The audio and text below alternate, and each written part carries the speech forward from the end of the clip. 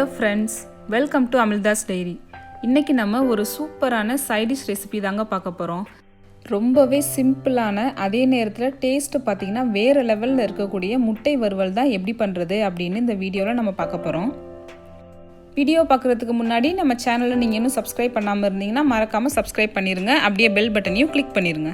First பார்த்திங்கன்னா உங்களுக்கு தேவையான அளவுக்கு முட்டையை அவிச்சு இந்த மாதிரி ரெண்டாக கட் பண்ணி வச்சுக்கோங்க. அடுத்தது பார்த்திங்கன்னா ஒரு பேனில் 4 டேபிள் ஸ்பூன் அளவுக்கு எண்ணெய் சேர்த்துக்கோங்க. எண்ணெய் நல்லா காஞ்சதுக்கு அப்புறமா 1 டீஸ்பூன் அளவுக்கு மஞ்சள் தூள் சேர்த்துட்டு நல்லா மிக்ஸ் பண்ணி விட்டுருங்க. அடுத்தது பார்த்திங்கன்னா நம்ம கட் பண்ணி வச்சுருக்க முட்டை எல்லாத்தையும் இப்போ இதில் சேர்த்துக்கலாம். சேர்த்துட்டு ஒரு நிமிஷத்துக்கு அப்படியே விட்டுருங்க. முட்டையை வதக்கும் போது ஃப்ளேம் பார்த்திங்கன்னா லோ ஃப்ளேமில் வச்சே வதக்குங்க, இல்லைன்னா முட்டை வந்துட்டு கருக ஆரம்பிச்சிரும். 1 நிமிஷத்துக்கு அப்புறமா எல்லாத்தையுமே பெரட்டி விட்டுருங்க. பெரட்டி விட்டுட்டு 1 நிமிஷத்துக்கு லோ ஃப்ளேமில் வச்சு வறுத்து எடுத்துக்கோங்க. இப்படி நீங்கள் பண்ணுறதுனால முட்டை வறுவல் சாப்பிடும்போது பார்த்தீங்கன்னா அந்த முட்டையோட வெளிப்பகுதி எல்லாமே சாப்பிட்றதுக்கு ரொம்ப கிறிஸ்பியாகவும் நல்ல டேஸ்ட்டாகவும் இருக்கும். நல்லா ஃப்ரை பண்ணதுக்கு அப்புறமா இப்போ முட்டை எல்லாத்தையுமே தனியாக எடுத்து வச்சுருங்க. அடுத்தது பார்த்தீங்கன்னா அதே எண்ணெயிலேயே ஒரு பெரிய வெங்காயத்தை சின்னதாக கட் பண்ணி சேர்த்துக்கோங்க.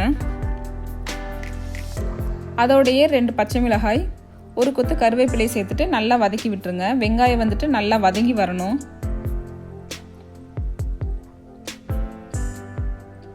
இப்போ பார்த்தீங்கன்னா வெங்காயம் நல்லாவே வதங்கிருச்சு. இப்போ நம்ம இதில் மசாலா சேர்த்துக்கலாம்.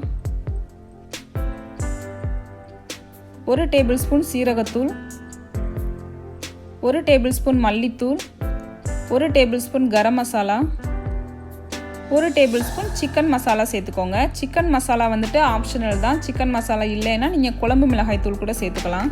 சேர்த்துட்டு நல்லா மிக்ஸ் பண்ணி விட்டுருங்க. மசாலாவோட பச்சை வாசனை எல்லாமே போகணும்.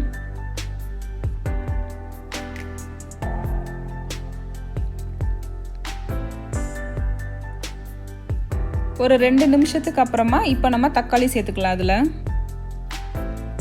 ஒரு சின்ன தக்காளியை சின்னதாக கட் பண்ணி சேர்த்துக்கோங்க. சேர்த்துட்டு தேவையான அளவுக்கு உப்பு சேர்த்துக்கோங்க. சேர்த்துட்டு நல்லா வதக்கி விட்டுருங்க.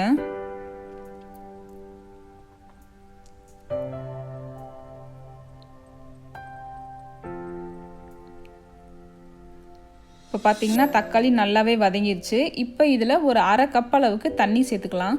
தண்ணி ஏன் சேர்க்குறோம் அப்படின்னா, தண்ணி சேர்த்தா தான் நமக்கு அந்த மசாலாவோட முட்டை எல்லாமே நல்லா ஒன்றோட ஒன்று நல்லா ஒட்டி வரும். இல்லைன்னா பார்த்தீங்கன்னா அந்த மசாலா ட்ரையாக இருக்கனால முட்டையோட ஒன்றோட ஒன்று மிக்ஸ் ஆகாது. அதனால் கொஞ்சமாக தண்ணி சேர்த்துட்டு கொஞ்சம் கிரேவி பதத்துக்கு வந்ததுக்கப்புறமா இப்போ நம்ம முட்டை எல்லாத்தையுமே சேர்த்துக்கலாம். அதில்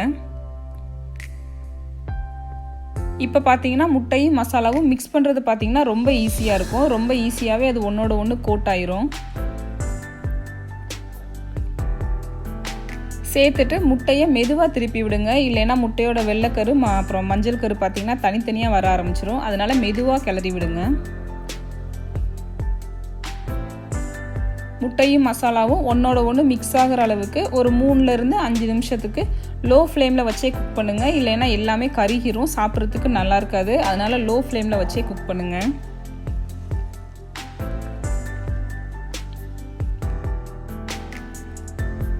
இப்போ பார்த்தீங்கன்னா முட்டையும் மசாலாவும் நல்லா ஒன்றோட ஒன்று மிக்ஸ் ஆயிடுச்சு. பார்க்குறதுக்கே ரொம்பவே கலர்ஃபுல்லாக இருக்குது. இதை பார்த்தீங்கன்னா நீங்கள் வெறும் சாதத்தோடு அப்படியே வச்சு சாப்பிடலாம். இல்லைன்னா தயிர் சாதம், ரச சாதத்துக்கு கூட வச்சு சாப்பிடலாம். ரொம்பவே அட்டகாசமாக இருக்கும். அதே நேரத்தில் இது பார்த்தீங்கன்னா ஒரு 15 நிமிஷத்துலேயே பண்ணி முடிச்சிடலாம். கடைசியாக கொஞ்சமாக கொத்தமல்லி தூவிட்டு கேஸை ஆஃப் பண்ணிவிடுங்க. அவ்வளோதாங்க. ரொம்பவே சிம்பிளாக பண்ணக்கூடிய, அதே மாதிரியே டேஸ்ட்டு பார்த்திங்கன்னா ரொம்பவே அட்டகாசமாக இருக்கக்கூடிய முட்டை வறுவல் பண்ணி முடிச்சாச்சு. நீங்களும் கண்டிப்பாக உங்கள் வீட்டில் ட்ரை பண்ணி பாருங்கள். அண்ட் இந்த வீடியோ உங்களுக்கு பிடிச்சிருந்தா அமில்தாஸ் டைரி சேனலை சப்ஸ்கிரைப் பண்ணுங்கள்.